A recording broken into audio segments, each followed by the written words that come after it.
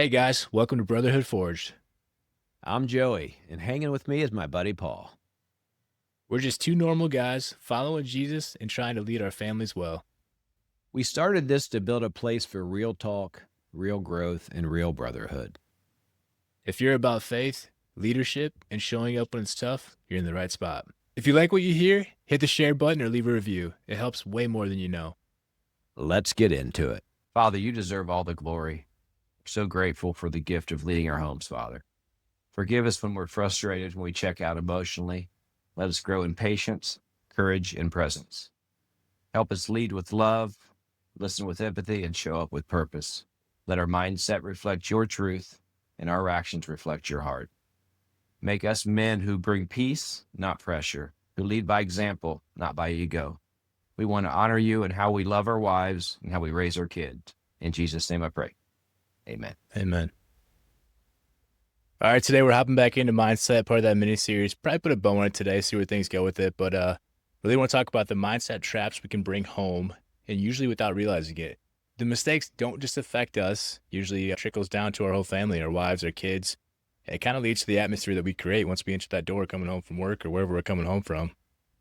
Yeah, people often you think of mindset as just for a career or I want to work out or I want to accomplish something.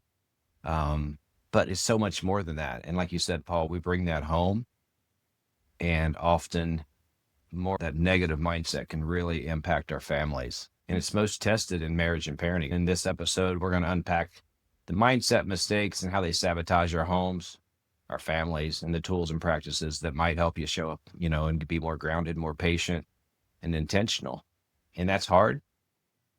We're not perfect at it, but we do have some tools that we've learned and some research we've done as well. So we're going to share that with you today. Yeah, and I'm really glad you brought up patience, man, because it's one of those things that I think all of us, as we go through life and parenting and marriage and just anything in general, you're not just born with it. For the most part, I think maybe some people are, but most of us, man, it's a skill and almost like a muscle where you're going to work out and you have to keep putting those reps in. Otherwise, you don't really know what to do when something comes at you. And if you haven't put those reps in to build your patience or strengthen it, then you're just not ready for it.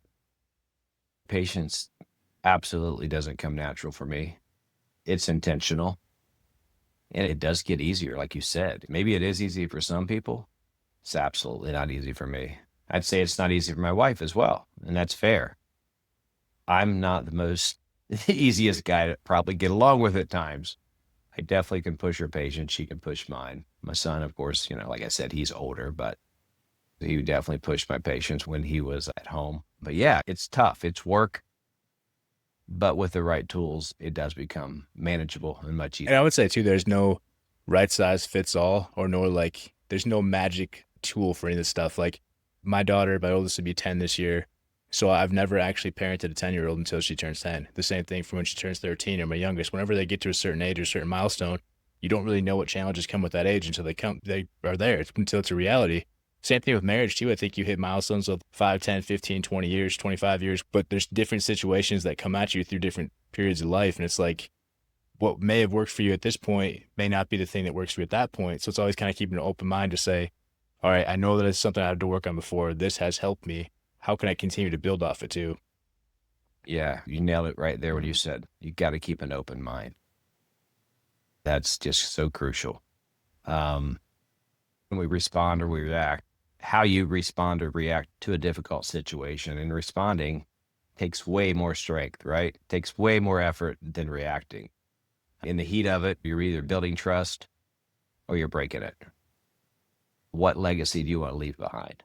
Ooh, that's a great way to put it, because I think we're always modeling behaviors too, whether it be younger kids or spouses or just people watching us in general. We're always modeling a certain behavior. And I think if we are reacting too quickly instead of responding, then we're modeling that behavior. And you could become known as that guy with the quick temper, the guy that doesn't handle stress well very quickly based off how you demonstrate, how you handle those things too. So the legacy that you leave behind, I think, is a great point.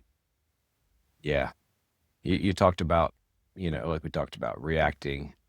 And I reacted for most of my marriage because I didn't know the difference, honestly, between reacting and responding. And responding, you take that deep breath. You think about how you're going to say, you think about what you need to say, and it doesn't always happen. We still get triggered, right? Sometimes we still react. but responding is something I definitely do far more than react these days, thanks to the tools we've learned. Unfortunately, I learned mine a little bit later, but as we talked prior to starting this today, just because I learned some of the tools that you're learning at a younger age doesn't just means that I just need to be intentional, and in better late than never. Hmm. And part of that legacy piece too, though, is just because it took you a different stage or longer in your marriage than you wish it would have, doesn't mean you can't help pass that on to the next person too. So it's those Yeah. things often that we learn throughout life that we can help the next person not have to go through those many of the steps or challenges that we did. That's the real impact you can have of leaving that kind of stuff behind. And you said too, the really big piece about how you're trying to respond more than react. I think that was an actual mindset flip for myself that I had to think about. When I think of the word react, this may be negative in a sense, but I think about reacting, I just think it's negative. So my reaction, whether that be like, mostly in communication, if there's like a reaction or something I have to do like out in my life or whatever, like to avoid something dangerous, sure, that can be a reaction. But I think of a response as always a more positive thing. Usually when I'm reacting in communication or something my kids do, it's because I have a short fuse based off whatever happened throughout my day. My patience are really tested. I've been really stressed out. It's like as soon as that short fuse is hit by something they say or do or didn't do when I ask them 100 times to do it, I usually react negatively. And that leaves such a long-term negative impact. I feel like it's a mark that leaves such negative impact that you don't want to. So it's like really thinking about the mindset of like, how do I want to respond in this moment? How often do I actually take a breath before I respond to it? And really trying to catch yourself before you do it. Doesn't make it easier, doesn't make it perfect, but it's all about like building up that space in between it. Yeah. Reaction. What comes to my mind as well is actually yelling, getting mad, getting angry. But then as you were talking, I was thinking about there's also you can react positively as well. But I hadn't even considered a positive reaction. I'd always think of, I react because I'm mad at this situation. I'm frustrated. Usually we wouldn't talk to our coworkers or our boss the way we sometimes think it's okay to talk to our family or our children.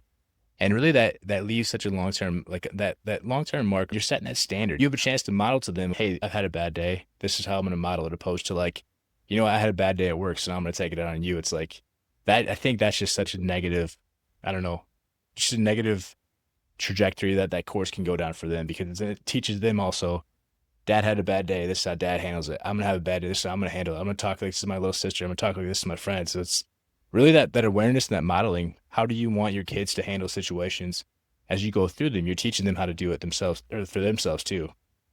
Yeah, if we forget the people we love the most, we take the most crap out on. So easy to do because we take them for granted. Mm-hmm.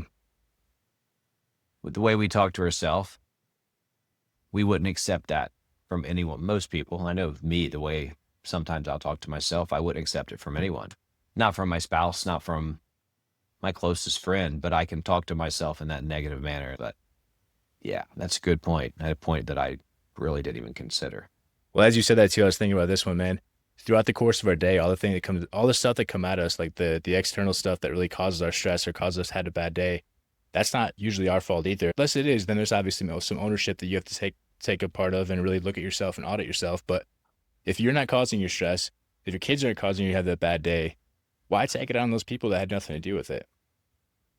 Too often they feel that release or that reaction that we have, and it's so unfair. But it's also so understandable. I'm not trying to like make anybody feel bad for doing this because we've been there, right? I still have days Right. where I have to like literally catch myself before I walk in the door because I know they're going to be so excited to see me. And if I walk in there stressed out, what message does that send to them? Yeah, you did guilt me a little bit there. I think of the days I come home from work and things maybe didn't go great, and my wife will greet me with, like, "Hey, how you doing? How was work?" And I don't necessarily react in a way that returns that pleasantry that she just gave me. Hmm. Like you said, we're human, but yeah, thank you. Sometimes we need a little kick in the gut. Well, and as I share that, man, I'm literally picturing myself in the days where I don't handle it well, in the days where they're just so excited to run up to me and give me a hug. And if I don't match their energy in that way, what am I teaching them? That you can't approach dad when he gets home from work? Like that's not the message I want them to have in my house. So I got to catch myself on it too. And I think all this stuff that we share, man, it's because we've been through it. So I Yeah. think it is super relatable for guys, and I think it's one of those things where we're never trying to guilt anybody. It will come up, but we make ourselves feel guilty all the times too. But it's really bringing this stuff to light, shine that light on it, and getting that community and the resources around it to really help get you through it. Because Paul, most guys, they think they can't talk about this stuff and they think they're alone. But fellas, you're not alone. Paul and I have just learned to express this with other men and be open and honest about it because honestly, if you have no one to talk to, you need to find someone Hmm. because there's a lot of healing in having someone you can share that with. So one of the reasons we're doing what we're doing. Yeah, like you said, man, the talking about it stuff. We just released the mini episode where we talked about how Amber was on me about being on my phone too often. And I'm not going to name any names, but two of my buddies reached out to me and said they just had the same conversation from their wives as well. So I think if all three of us are getting it from our wives that are friends, it's on us, right? So it's about having that ownership and owning up into it and then saying, okay, let's shine a light in this together and really try to kick this thing. Yeah. How about like, you get the pressure at work, like performance pressure. I mean, most people, they carry work stress through the front door like it belongs there. You come to the door and you bring that home. It doesn't belong there, but it's so easy to bring that home. How might someone learn to leave that at work? There's a couple things that work for me, right? Right now I have a shorter commute and sometimes I am working remote, so it's harder. There's different things that work for different people. But when I had a longer commute, I could kind of process things through the car ride, trying to be productive in that way to really prepare myself. But there was a podcast I heard where a guy would literally get home from work and he would go in his front yard and he'd hang on a tree branch. And his kids asked him, like, what are you doing? He'd hang on that branch. He'd kind of decompress physically and mentally because you're decompressing your spine. Then he eventually told him, he said, I when I cross through that door, I hang all my problems from work on that tree branch. When I leave the next day, I go pick them back up. I don't bring them home with me. And I'm not saying you got to find a tree branch. You might not have that, but there's so many different things you can do. Just get creative with it and think of ways where you can like compartmentalize that part of yourself to stay behind or literally, I don't know, throw it in the garden, throw it wherever and just kind of prepare yourself to walk through the door. Yeah, find what works for you. That's really good. I got a 45-minute commute each way. I just leave it there. On the way home, I'm listening to a podcast or a sermon or something. Hmm. And I literally, before I get out of the car, I leave it there. It's a learned behavior. Yeah. It's a skill. So if you're not there, but you want to be there, find out what works for you. Hmm. Because we're all different. Like you said, Paul, there's not a one size fits all. Yeah. And I think another thing too is keep going at it. If the one thing you try doesn't work, try another. There's so many different ways, like exercise, for example. There's so many different ways to get fit. What works for one person may not work for the next one, but it doesn't mean you should stop. You should keep trying to find that thing that works for you and makes it feel the most comfortable and most natural for you too. I try to remember my home. It's not my job. It's where I get time to breathe. Yeah. It's where I get time to recharge. I mean, kind of that simple, but it's not that easy. So many, I'll say that often, guys, because it's simple, but it's not easy. Because it's not fair to your kids, your spouse, your dog, who's always happy to see you, Hmm. to bring that stuff home. I think even fair to yourself too, because if you're not giving yourself that chance to unwind in your own house, if you can't get it there, where are you going to get it? And it's just you're going to keep stressing yourself out to the point where your health may take a toll. Everything may take a toll. So at some point, you got to have kind of a mindset practice of how do I allow myself to unwind? And if you don't have it, try to find that for yourself. Because like we said, it's not fair for you because eventually you just can't keep running that way. Stress, it's one of the top killers. Hmm. I don't know the numbers, so we're not a science show, but I know stress is a real killer. It causes disease, and it's not a good thing. I would imagine Huberman's got a pretty good episode on that, but he's way smarter than we are. So we'll let him keep the stats. Dude, and his podcasts are way longer too. So Yeah. he's crazy smart. I can't even sit through a 2-hour podcast. Yeah. I just can't do it. There's so much knowledge though. So we're not trying to be Huberman. Right. I think another mistake, man, we talked about the performance thing and how guys can take it home with them. And another one that I've fallen victim to myself or allowed myself to fall victim to is the I'm doing everything story. If we start to tell ourselves that we're doing everything, it kind of goes along with that performance thing too. It's sneaky. When you start keeping score, you start thinking, I did this, she didn't do this, so I have to do this. Resentment can creep in. You start to feel like you're not being seen, you're not being heard. You start to build assumptions, and you can really ask yourself, like, man, am I actually assuming the best or the worst in my spouse? Because if you start to allow it to creep in, you can go all in on assuming the worst, and that's just going to take you down a dark path that I don't think you want to go down. Yeah, that's a marriage killer for sure. And I've been there. I've been resentful because it's not fair. You don't know what they're doing when you're not there.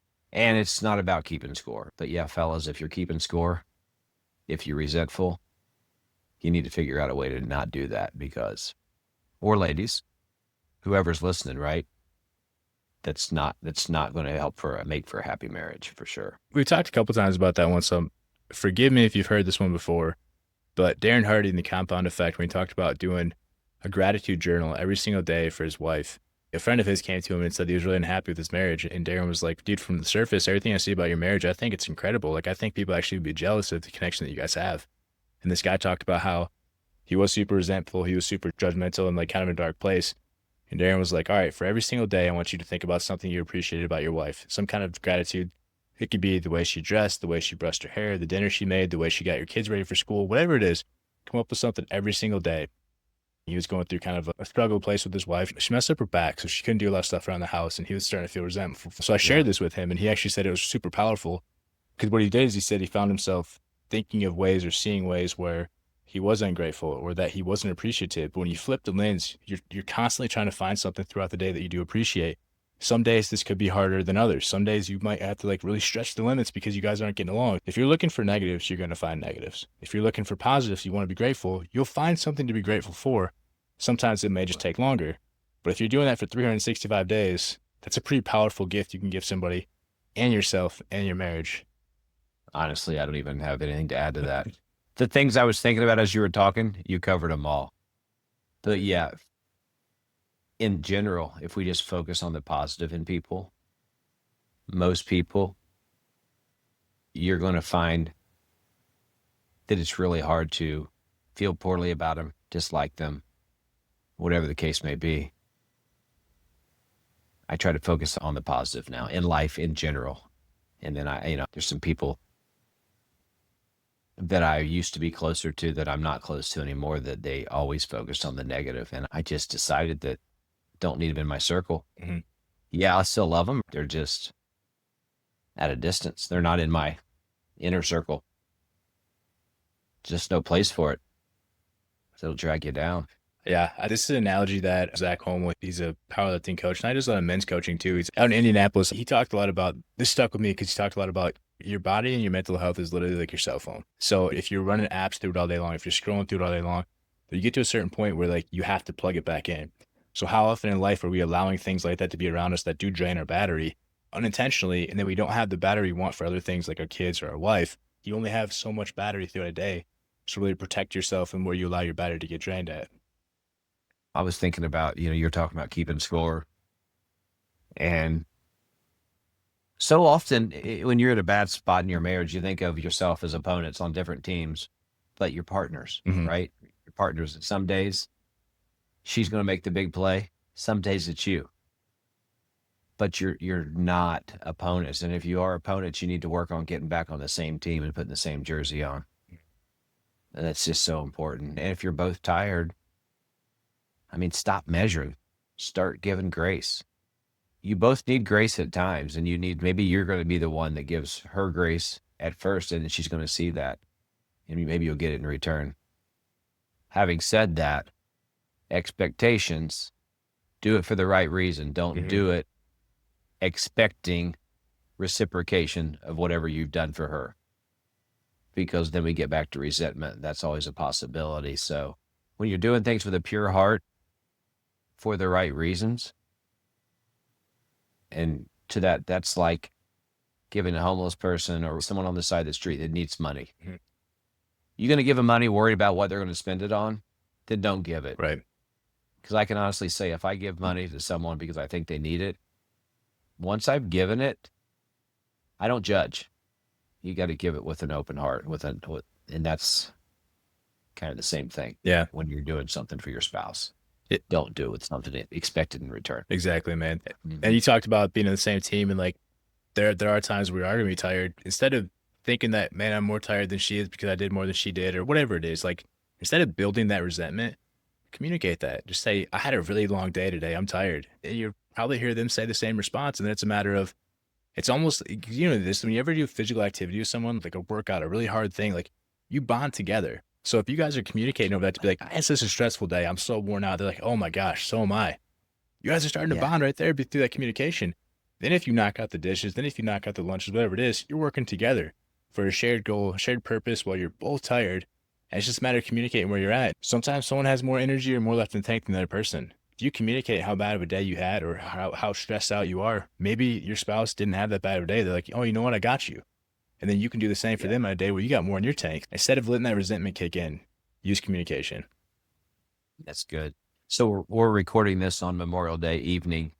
So Monday evening, it'll be coming out on Wednesday. So we had one of those days today, Bobby and I, where we worked our butts off. We didn't do the same things, but we both worked our butts off. There was no keeping score. You know, I did one thing, she did another. And like you said, that the bond of working together, and then when we were done, we saw what we accomplished together, dude. That just felt so good because it felt like a teamwork. And being Memorial Day, thank you to all those that have served and those that have given their lives. We were extremely grateful. Do not take that for granted. I know neither Paul or I do. I did not serve in the military. I don't know, Paul, did I you? did not. But I had family that have. Same. Yeah, so we're grateful. Absolutely, man. No, Yeah. I'm glad you brought that point up earlier too about the communication that you guys had as working together through that stuff. Because I think one thing we can also get lost in is the ownership of whose responsibility it is to fix it.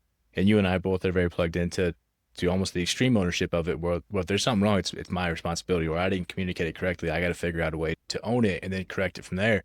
I think a lot of times we can fall into that passive leadership type thing where you wait for your wives to start leading the family, or if there is a rut, you're expecting them to do something to fix it.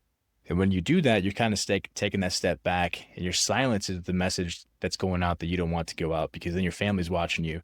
They know you're unsure. They know you're not making the right moves, the right steps, and your kids see that. So it's like, how do you want your legacy of leadership within your family to go? It's like, who am I waiting for in that moment? And then become that for yourself, become that for your family.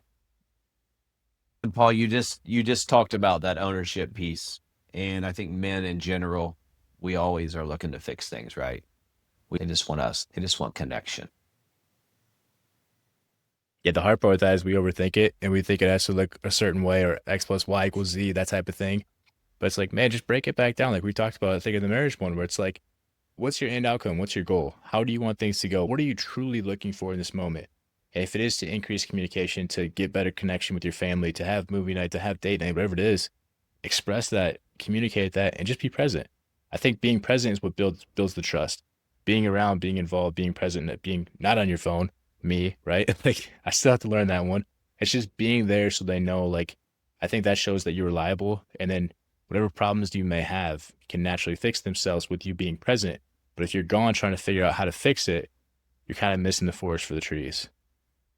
You talk about presence, and how often do you go out to a restaurant and you look around you and you'll see a family of 4, 6, whatever. They're all on their phones. They're not even communicating. My wife and I, one of our rules is we don't have our phone out. Right. Generally, we are connected. So just because you're doing something together doesn't mean you're connected. That has to be intentional. Right. I think social media, I think our electronic devices can severely get in the way if we allow it to. And then parents are using iPads as babysitters, Mhm. and it breaks my heart. Just about being distracted. Yeah, you can be together and not be present. Mhm.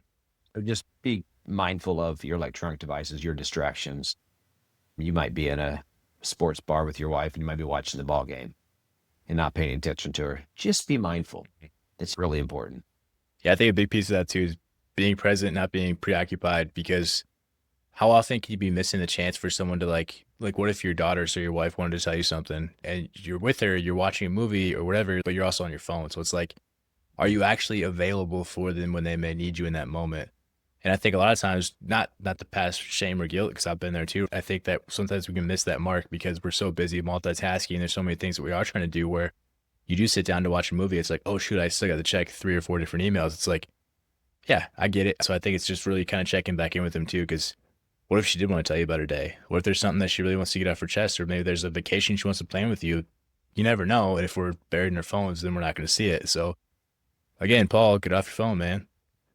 Sometimes the strongest thing we can say is nothing. Mm. Just be an ear. Just listen to them. That's a skill I'm getting better at. If any of you haven't seen, there's a short YouTube video out there called Nail in the Head. Hmm. Watch it. Watch it. Yeah, that's all I'm going to say. You might want to watch that. It's really good. And ask, do I make space to just simply listen? Hmm. Do I just, because they need that. Yeah, that's a good reflective question that I think a lot of us can really do a better service to ourselves and our spouses and even our coworkers or our kids. Like, do we provide that space just to listen? It's so important. Yeah, I think as we wrap this one up, just to piggyback off that though, none of us are perfect, but if we can catch these mindset mistakes, we can course correct. And it's about really auditing the experience and kind of knowing where we're at so that we know where we can go to get better. We're definitely not perfect. And the things Paul and I are talking about, we're not claiming to be experts on anything. We have been through things. We have had some training that you may not have had. And it's our duty to share these tools that we've learned. Sometimes we have to do research on some of the stuff we're talking about.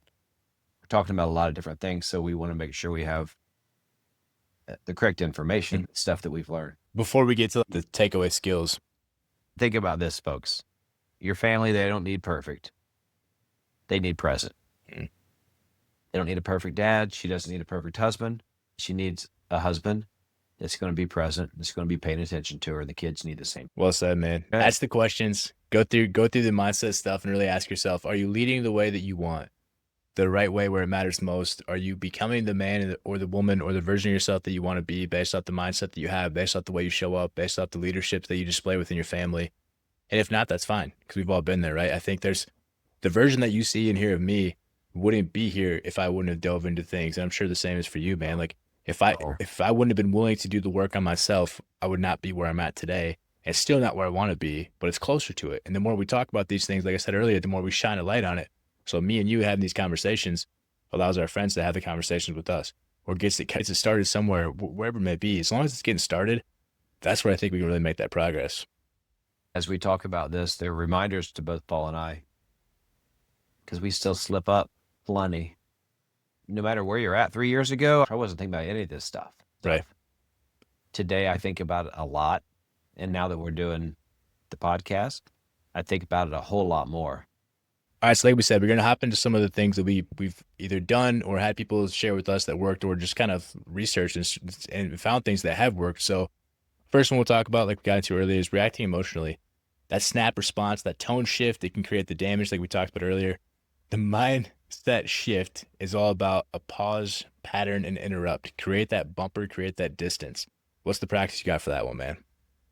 I mean, try this 3-second breath reset. Literally stop, breathe 3 times, and ask, what do they need the most from me right now? What does my wife, what does my kid need the most from me right now? And that question right there changes everything. I love that, because it's not about me. It's not about us. It's about them. What do they need? Not what do I need?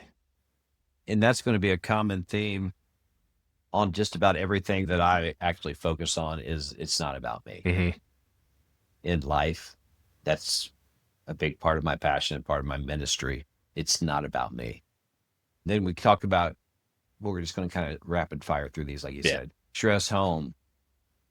Work doesn't clock out just because we pull in the driveway, like we talked before, Paul. We carry it in unless we intentionally put it down. And the skill here is compartmentalization. Mm-hmm. We talked about the activity that guy was hanging from the tree. Whatever it is, play a specific song in your drive home. Just use a short prayer. Take a deep breath in the car. Whatever can help you mentally shift from work mode to father mode to husband mode, whatever it is, find that for you and roll with it.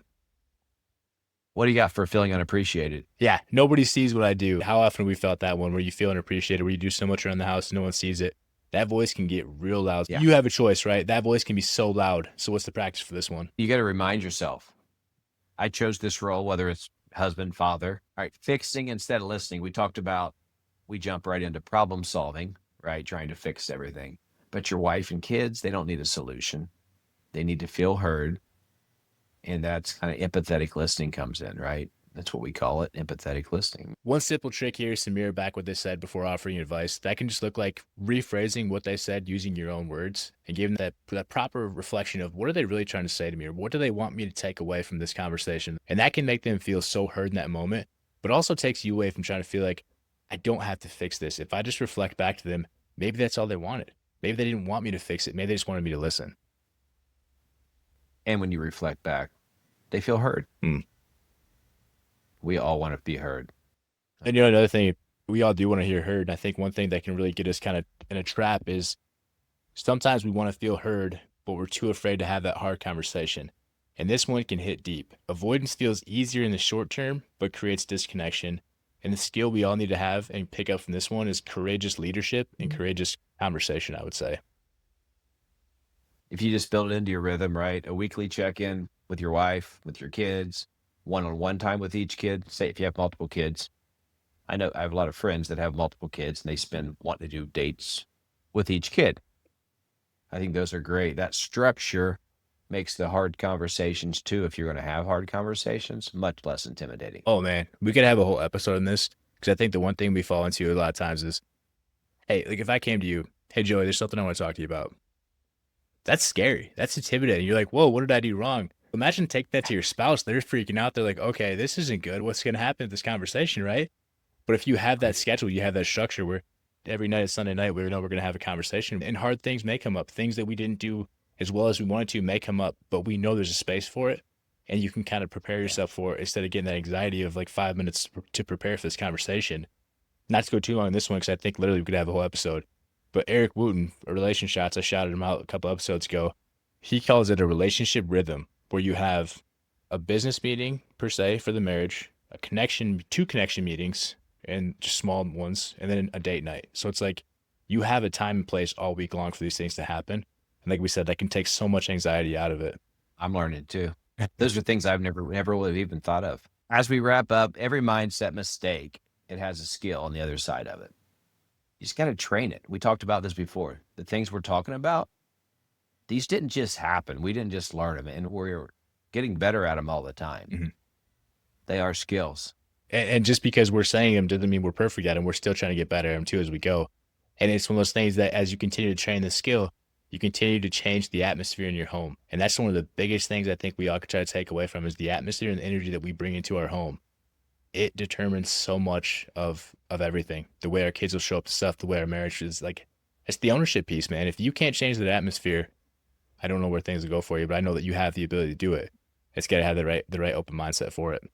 All right, to add to some of the practical skills, some things that work for us or work for others, is a morning focus. We talked last episode about a morning routine not being the greatest, but ask yourself in the morning, really dive into your mindset, who needs me to lead with love today? It's simple, but it's powerful. It's a journal prompt or prayer that you can put together and just keep track of it every day. How about micro connection habits, like small habits? And it doesn't have to be grand, as we talked about. Doesn't have to be huge, but it needs to be consistent. And just try this. Make eye contact with each of your kids and your spouse every day, at least once a day. And then say one sentence, one word of encouragement to each of them. Ooh, that's powerful, man. That's got some great framework to build something really powerful. I love that. So that would be easy too. Yeah. And you know what? You can build off that and ask them, how can I support you today? That one question, you can really open up the door as well. And then an evening reset. So at the end of the day, reflect. I mean, ask yourself, what did I do well as a husband? What did I do well as a father today? Where do I want to grow tomorrow? And reflection, it resets your direction. I'm not going to do an Australian accent because I would be terrible at it. Mate. But our buddy Matt, he's got a really powerful tool, man. And we're going to try to get him on here one day. He journals every single night and asks himself, did I show up as the man that I wanted to today? And I think it's more deeper than that. He's got follow-up questions too. But asking yourself in the morning, how do you need to show up? Who do you need to love that day? And asking yourself at night, did you do it? That's some great ownership right there. These questions, guys, they don't just challenge you. They center you. Oh, So remember that. absolutely. It's challenging. It's good grounding. Shout out to Matt as well. Matt's the dude. Matt Croft. I'll say his last name. From down under, this dude he's the real deal. Mm-hmm. Yeah. He's the real deal. Spoiler, because he might be our only Australian listener. But Matt, you're going to Right. be on the show, Matt. You don't know it yet, but Yes. you're going to be. He doesn't know it. He's definitely going to be on the show. To Go build ahead, off the Harold. journaling stuff too, man, once a week, pull out that journal and ask yourself that hard stuff. Where have I been passive in my marriage? What kind of man do I want my kids to remember? And what would love do in that moment? Think about those. I don't want to derail us too much, man, but there was a social media thing, and it's not Peter Attia did this. He said, picture yourself at 87 years old, and you can only go back in time to one moment. And it's whatever moment you're in right there. So let's say you and Bobby are having a fight, or my kids are acting up, my house is chaos. You can only go back in time to that one moment. When you're 87 years old, that's the only opportunity you have. How do you want it to go? That can be so much easier said than done, but so powerful, because how do you want your kids to remember you? What would love do in this moment? What would empathy do in this moment? What would listening do in this moment? Stop trying to fix it. Sometimes just be present. Wow. That makes me rethink a lot of moments in my life, right? Oh, me too, man. It's really good. Again, we're just still shining light on stuff, man. I think it's something that as we go through this, we have just as much guilt as people probably do as well listening to it. It's just one of those things where if we're not shining a light on it, then who is? Mm. Mic drop. Well, we're not finished though. Put a reminder where you'll see it, whether it's your front door, your mirror, bathroom mirror works for me. Sometimes I'll put a note on my rear view mirror so when I get in the car, it'll pop up a thought. I use my hands a lot when I talk. But remember to lead with love, something like that. Mhm. Listen before you speak. Show up on purpose. Something to cue you, something to remind you. I like visual anchors. Those are big. And if you want to cover your arms in tattoos like I do, Hey, that works too. Right. I got a few. yeah, Not like you though. right. But it's just a reminder, man, when life pulls you off track, that reminder, that visual thing that you have can put you back on track. Yes. This one I know is near dear to you, the spiritual Yeah. anchor. Really, the faith is me as well, right? Faith is always a part of your leadership. Pick any kind of verse that speaks to you, that speaks over your family each week. One of my favorites, Joshua 24:15. As for me and my house, we will serve the Lord. This reminds me too, my buddy Percy, he came after the last episode, he said he has Proverbs 27:17 on his wrist. So it's like the power of verses, man, too, man. You shine a light on them, you talk about them, and it's like you can really find common ground and common connection over those. I can do all things through Christ who gives me strength. Philippians 4:13. My verse got me through a couple battles of cancer. It's got me through a lot more than that, though. And then, of course, our Brotherhood, like you said, Proverbs 27:17 verse. It's just a classic. But yeah, those spiritual anchors are huge. Huge. Well, remember, guys, leadership at home, it's not just about big moments. It's the little stuff, but it's about being there, showing up. Lead with love, check in with yourself, check in with your others, and remember that you set the tone. You are the heartbeat of your house. So how we usually do a Brotherhood challenge, Paul. I know you. What do you have for us for today? Yeah, what's one shift you can make this week to lead your family with a stronger mindset? Starting with your attitude, not your environment. This is all about extreme ownership. This is where you could find a place that you may be passively led, and how can you change that? Those intentional words backed by an intentional mindset. Yeah, those Post-it notes on their bathroom mirror if you leave first. My wife works from home. I'll put a Post-it note on her monitor, not nearly often enough, but sometimes, or on her keyboard where she'll see it just as she starts her workday. Those things are huge. Those things. And to close us out, your family doesn't need a perfect man. We talked about that. They need a present, grounded, growth-minded man. Start at home, guys and gals, because mindset isn't what you know, but it is how you show up. Appreciate you all. This was a fun episode. It's a little longer than normal, but we had a lot to share. So I hope you enjoyed it. Don't forget, like, share, subscribe, and send us questions. Send us topics, whatever, something you might want to hear about. I agree, man. We appreciate you guys. And as always, just keep showing up for your family. If you're not the man you want to be or the woman you want to be yet, keep stepping into that version of yourself every single day. It's a choice. And if you're not there yet, you can certainly make it happen. Absolutely. Be blessed. See you guys. Thanks for listening today. We don't take that for granted. Your support matters. You're part of something much bigger, and we're thankful you're on this journey with us. Stay strong, stay intentional, and know you're not walking this alone. If this challenged you, Please share the impact. Growth is better together. We'll see you next time on Brotherhood Forged.